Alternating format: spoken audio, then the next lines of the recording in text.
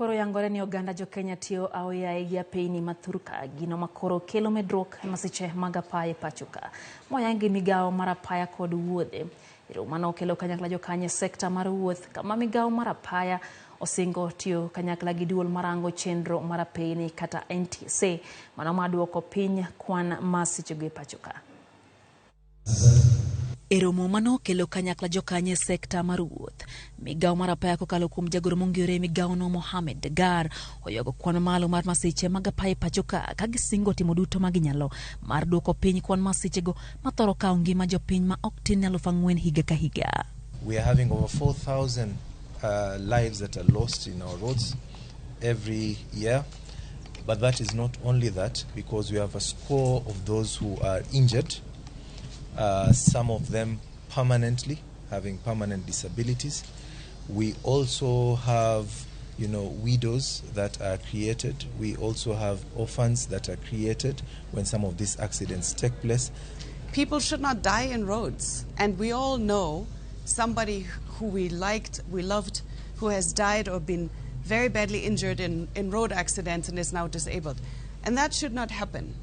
Bengi mar piny mangima the World Bank onyiso yie margi ni piny Kenya nitiere kod nyalo mar kedo gi masiche mag apaya ka gisingo medo chiwo sir mar omenda mabiro konyo bero sekta no. We've had 2 road projects ongoing. One is sort of in the South Sudan road, a project that has an incredibly long name that I will not pronounce.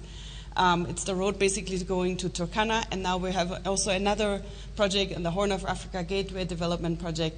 That is again building roads in the northeast. Both projects have had strong, about $30 million total allocations for road safety. Bende migao mar apaya oseodrepe matiyo gi apini ka gionge gi tiegruok mowinjore ka koro gisingo duoko piny kwan masiche mag apaya thurka. Boda, someone is just trained in a maize farm for 5 minutes and the next day is a rider. This is a very critical sector.